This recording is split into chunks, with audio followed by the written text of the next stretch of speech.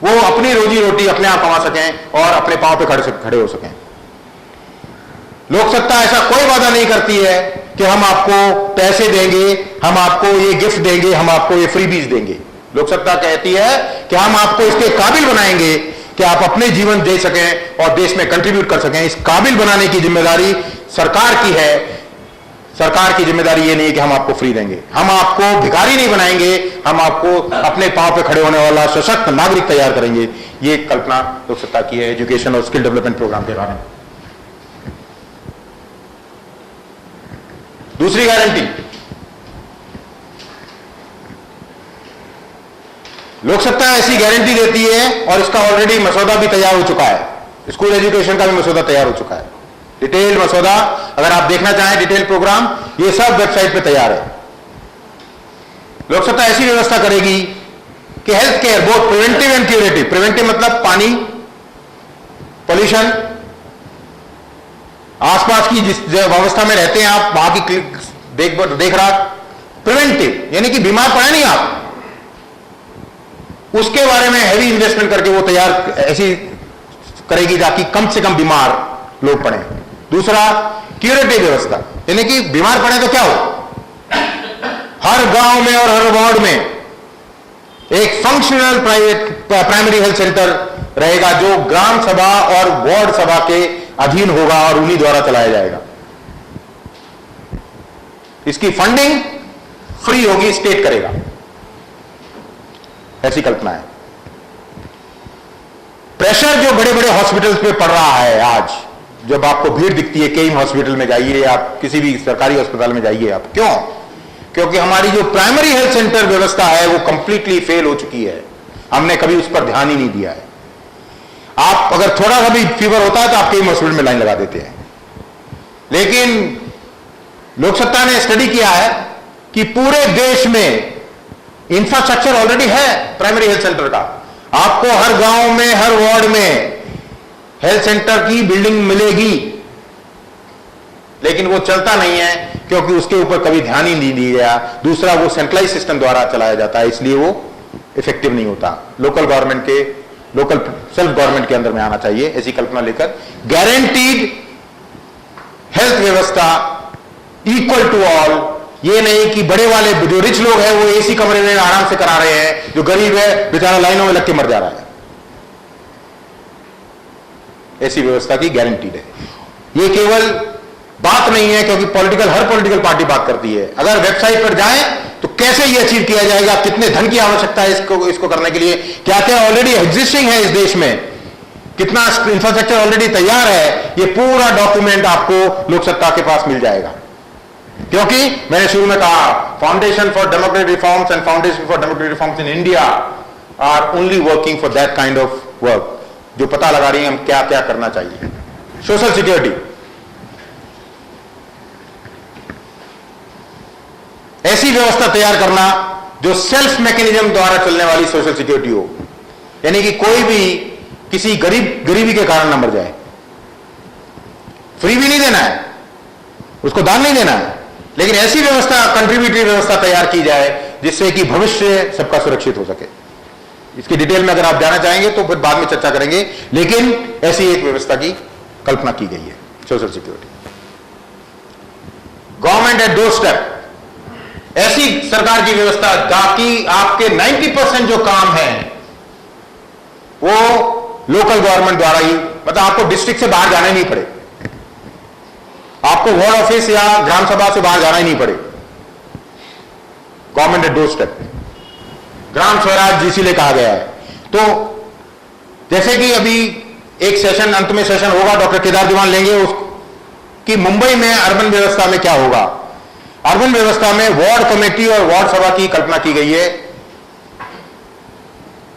उसमें वार्ड सभा की कल्पना में ऐसा कहा गया है कि 1000 पर कैपिटा फंड वार्ड सभा को मिलेगा, जो वो डिसाइड कर सकते हैं कि उस वार्ड में किस चीजों पर खर्चा किया जाए। वार्ड सभा कितने की होगी? करीबन 40,000 वोटर्स की एक वार्ड सभा होगी। उसको कैसे मैनेज करना है वो उसको डिटेल में बताएंगे।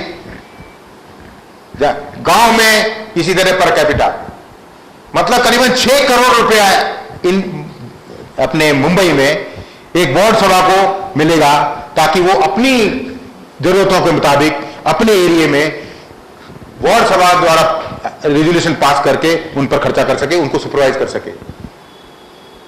उन जैसे कि स्वीपर, आपको जब सफाई के लिए, रोड सफाई के लिए लोग लगते हैं, वो आप अपने आप एम्प्लॉय कीजिए, अपने आप सफाई करवाइए, ताकि अकाउंटेबिलिटी बढ़े, काम इंप्रूव हो और कम खर्चे पे हो। ये इस तरह की कल्पना की गई है। 50 गारंटीज जो बताइए, आप लोग डिटेल में जाइएगा, वेबसाइट पर सब कुछ है।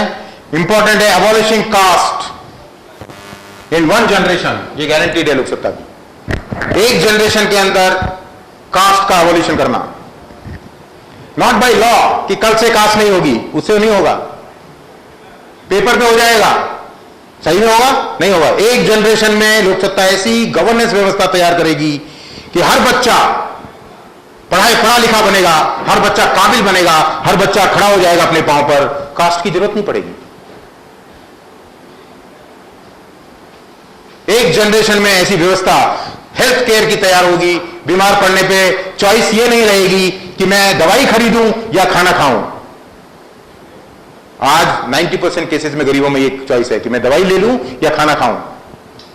ऐसी व्यवस्था की तैयारी होगी कि जिससे कि कास्ट की जरूरत न पड़े, कास्ट अपने आप, कभी कास्ट इंपॉर्टेंट न बने नेशन कॉज में। इसकी कल्पना लोकसत्ता ने की हुई है। इसके द्वारा 50 गारंटियों के अलावा political reforms, electoral reforms, judicial reforms, police reforms, वो उसके ऊपर चर्चा होगी और वो भी, उस पर भी कल्पना की गई है कि किस तरह से ये रिफॉर्म्स लागू किए जाएं, ताकि ऐसी व्यवस्था की तैयारी हो जिसको कि हम पहले जो ऑब्जेक्टिव देख चुके हैं वो डिलीवर कर पाए। Dignity, equal opportunities and citizen centric government. और पॉलिटिकल रिफॉर्म्स के द्वारा हम ऐसी कल्पना की कोशिश करें ताकि political becomes a noble endeavour to serve people. Politics ऐसा रास्ता है जो लोगों की सेवा उससे बहुत बढ़िया तरीके से की जा सकती है। पॉलिटिकल रिफॉर्म्स किस तरह के होंगे ताकि ऐसी पॉलिटिक्स पे तैयार हो। दोस्तों, लोकसत्ता पार्टी का फंक्शनिंग, लोकसत्ता पार्टी की फंक्शनिंग के बारे में आपको बता दूं कि it is like any other political party. जिस तरह की अदर पॉलिटिकल पार्टी होती है उसी तरह की है, लेकिन कुछ बेसिक मतभेद हैं। एक लोकसत्ता पार्टी की कल्पना है कि ये कंप्लीटली डेमोक्रेटिक होगी। मतलब है कि इसमें लीडरशिप और इलेक्टेड रिप्रेजेंटेटिव्स ये नॉमिनेट नहीं किए जाएंगे लीडरशिप द्वारा, ये मेंबरों द्वारा चुने जाएंगे। अगर आप किसी वार्ड में खड़ा होना चाहते हैं इलेक्शन में, तो आपको उस वार्ड के मेंबरों का विश्वास जीतना पड़ेगा, न कि महाराष्ट्र या मुंबई पार्टी के अध्यक्ष का। ये बहुत ही क्लियर कट डिफरेंस है between all other political parties and Loksatta party. दूसरा, अगर आपको वार्ड अध्यक्ष बनना है, ग्राम अध्यक्ष बनना है, आपको डिस्ट्रिक्ट अध्यक्ष बनना है, स्टेट अध्यक्ष बनना है, आपको वहां के मेंबरों का विश्वास जीतना पड़ेगा, ना कि ऊपर से अपॉइंटमेंट होगा, नहीं होगा। तीसरा, लोकसत्ता कुछ ऐसे बेस्ट प्रैक्टिसेस अडॉप्ट करना चाहती है जिससे कि ऐसा इंस्टीट्यूशनल मैकेनिज्म तैयार हो कि जैसे जैसे लोकसत्ता आगे बढ़े इसमें वो बुराइयां ना आ जाएं जो बाकी पॉलिटिकल पार्टीज में आ गई हैं और उनको वो पूरा नहीं कर पा रहे हैं। जैसे लोकसत्ता में एक इलेक्शन अथॉरिटी बनाई जाती है, स्टेट लेवल पर, डिस्ट्रिक्ट लेवल पर और नेशनल लेवल पर। इस इलेक्शन अथॉरिटी के जो मेंबर्स होते हैं वो ज्यादातर नॉन लोकसत्ता वाले होते हैं, ऐसे क्रेडिबल लोग। जैसे महाराष्ट्र में इलेक्शन अथॉरिटी बनाई गई थी 2009 में, जस्टिस BN श्री कृष्णा, जिनका लोकसत्ता से कोई लेना देना नहीं, वो अध्यक्ष है उसके। अनुआगा, पूना की एक इंडस्ट्रियलिस्ट हैं, वो उसमें मेंबर हैं। एडवोकेट अनंत शिंदे, वो उसमें मेंबर है। Doctor AL Sharda, population first की जो एग्जीक्यूटिव डायरेक्टर है, वो मेंबर हैं। ये 4 मेंबरों द्वारा, वो मेंबर सेक्रेटरी हैं, ये 4 मेंबरों द्वारा अगर लोकसत्ता जैसे जैसे आगे बढ़ती है और इंटरनल इलेक्शन अगर कराने पड़ते हैं, ये लोग सुपरवाइज करेंगे, ये लोग कंडक्ट करेंगे इलेक्शंस। पार्टी अध्यक्ष, पार्टी मशीनरी उनके नीचे काम करेगी इलेक्शन कंडक्ट करने के लिए। वो रिजेक्ट कर सकते हैं नॉमिनेशन, वो फैसला देंगे कि कहां गड़बड़ हुई है। लोकसत्ता की लीडरशिप तय नहीं करेगी इस पे। ये क्लियर डिफरेंस है पॉलिटिकल पार्टी लोकसत्ता में और बाकी में। दूसरा, लोकसत्ता में एक डिसिप्लिनरी कमेटी है, क्योंकि हर जैसे जैसे ऑर्गेनाइजेशन बढ़ती है उसमें इनडिसिप्लिन आती है। लेकिन डिसिप्लिनरी कमेटी में इसको एक तरह से हम जस्टिस सिस्टम बना रहे हैं, पैरेलल जस्टिस सिस्टम, ताकि चेक रहे लोकसत्ता के कंडक्ट पर। डिसिप्लिनरी कमेटी अगर मतभेद होते हैं पार्टी के लीडर्स के बीच में, जनरली आज की पार्टी में देखा गया है कि जो अध्यक्ष होगा या जो पोजीशन पे होगा वो बाकी दूसरे को निकाल देगा, या ऐसी सिचुएशन क्रिएट कर देगा कि उसका या तो वो खत्म हो जाए, या रीजन डिसेंट की कोई जगह नहीं है आज की पॉलिटिकल पार्टी में। लेकिन हमारे यहां डिसिप्लिनरी कमेटी की कल्पना इसलिए की गई कि अगर डिसेंट होता है और अगर पार्टी अध्यक्ष वगैरह डिसिप्लिन एक्शन लेते हैं तो एक सुनवाई की जगह है जो तय करेगी कि ये सही था या गलत था। और उसके भी मेंबर की कल्पना ऐसी की गई है कि बेस्ट एंड द ब्राइटेस्ट, जो पॉलिटिकल क्षेत्र में शायद ना आना चाहते हो लेकिन वो इस व्यवस्था को चला सकें, लोकसत्ता पार्टी के लिए एक अपीलेट मैकेनिज्म तैयार किया जा रहा है। तीसरा, एथिक्स कमेटी। लोकसत्ता के कुछ गोल्स हैं, कुछ डायरेक्टिव्स हैं, कुछ काम करने का तरीका है, उससे भटके नहीं हम। अभी तो छोटा ग्रुप है, नहीं भटकेंगे। ओरिजिनल लीडरशिप है, डॉक्टर जयप्रकाश नारायण अभी भी है लीडर, इसलिए अभी नहीं भटकने देंगे। लेकिन जब नई जनरेशन रूबन के समय आएगी, अध्यक्ष बनने का समय आएगा, या अंकिता वर्मा की समय आएगा, तब तक इस पार्टी में भी कुछ लोग, काफी लोग जुड़ चुके होंगे सामाजिक, उसी समाज से जिससे हम आए हैं। एक एथिक्स कमेटी वेरियस लेवल पे काम करती है, जो इस कंडक्ट को इवेल्युएट करती है और फीडबैक देती है कि ये गलत कर रहे हो आप। तो इसकी भी एक कल्पना, ये self correcting institutional mechanism establish कर रही है लोकसत्ता पार्टी, ताकि लोकसत्ता पार्टी का कैरेक्टर, लोकसत्ता पार्टी का गोल, लोकसत्ता पार्टी का काम करने का तरीका कंप्लीटली ट्रांसपेरेंट एंड डेमोक्रेटिक रहे। इसका मतलब यह नहीं है इनडिसिप्लिन, इसका मतलब नहीं है कि एक बार डिसीजन हो चुका है उसको डिलीवरी के समय में क्वेश्चनिंग नहीं, उसके बाद मिलिट्री फोर्स की तरह काम करो। लेकिन डिसीजन लेते समय voice of dissent has a place. Loksatta party ने जब राष्ट्रीय अध्यक्ष का चुनाव किया तो 80,000 मेंबरों ने भाग लिया। डॉक्टर जयप्रकाश नारायण 65,000 वोटों से जीते, लेकिन उनके पीछे अगेंस्ट भी लोग खड़ा था, एक व्यक्ति 10,000 वोट ले गया। क्या मानेंगे कि 10,000 वोट वाला इनसिग्निफिकेंट है? नहीं, डेमोक्रेसी में सिग्निफिकेंट लीडर है वो। तो क्या करना चाहिए आज की पॉलिटिकल पार्टी, चाहे अगर का लीडर होते डॉक्टर जयप्रकाश नारायण, तो पहले कोशिश करते कि इसको कैसे से साइड में किया जाए, कैसे हटाया जाए, कैसे निकाला जाए, ताकि इसकी इन्फ्लुएंस बढ़े नहीं। लोकसत्ता में लेकिन ऐसी कल्पना की गई है कि ऐसे डिसेंट जिनकी सिग्निफिकेंट मेंबरशिप है, they will play a very important role in the party. Therefore आज DVS Verma ji is a working president of Loksatta party. उस समय उनके पास 10,000 वोट थे, शायद अब बढ़ गया हो,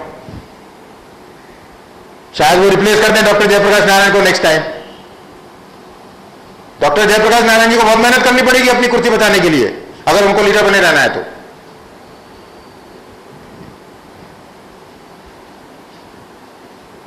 तो ये कल्पना एक पॉलिटिकल पार्टी, इसी कल्पना को लेकर हम दूसरी पॉलिटिकल पार्टीज के ऊपर भी प्रेशर डाल रहे हैं कि अगर ऐसी रचना पॉलिटिकल पार्टी की नहीं हुई तो ग्रास रूट लीडरशिप नहीं आएगी, जेन्युइन लीडरशिप नहीं आएगी। करोड़ों लाखों लीडर इस देश में हैं, उनको मौका कैसे मिलेगा इस देश को में भाग लेने का, इस देश को चलाने का?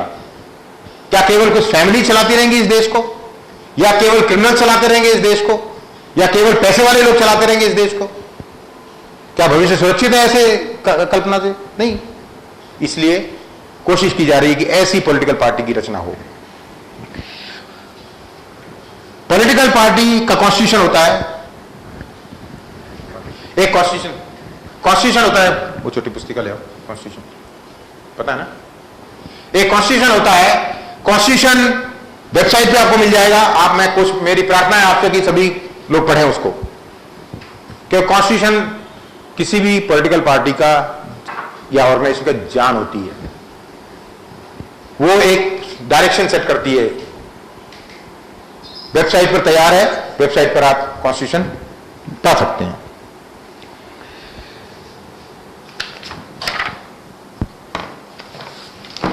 लोकसत्ता की मेंबरशिप जो है, लोकसत्ता की मेंबरशिप के कई भाग हैं। एक मेंबरशिप होती है लाइफ मेंबर। जैसे श्री रामदास ने डिसाइड किया कि मैं अपना ओपिनियन नहीं बदलूंगा। उन्होंने अभी से तय कर लिया कि पूरे जीवन भर मैं लोकसत्ता के लिए समर्पित हो जाऊंगा। हम में से किसने शायद अभी तय नहीं किया होगा।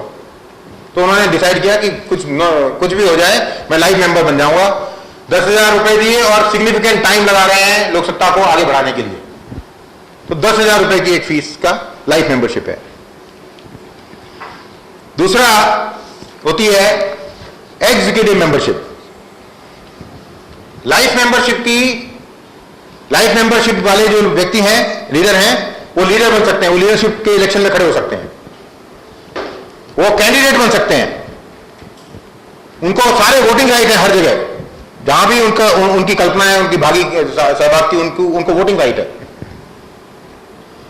एग्जीक्यूटिव मेंबरशिप, लोकसत्ता की ऐसी कल्पना है कि 1,000 रुपए देने वाले हर साल लाखों लोग तैयार हों, ताकि एक नया पॉलिटिकल कल्चर तैयार हो, ताकि पॉलिटिकल पार्टीज फंडिंग के लिए कुछ लोगों के हाथों में ना बिक जाए। लाखों मेंबरों द्वारा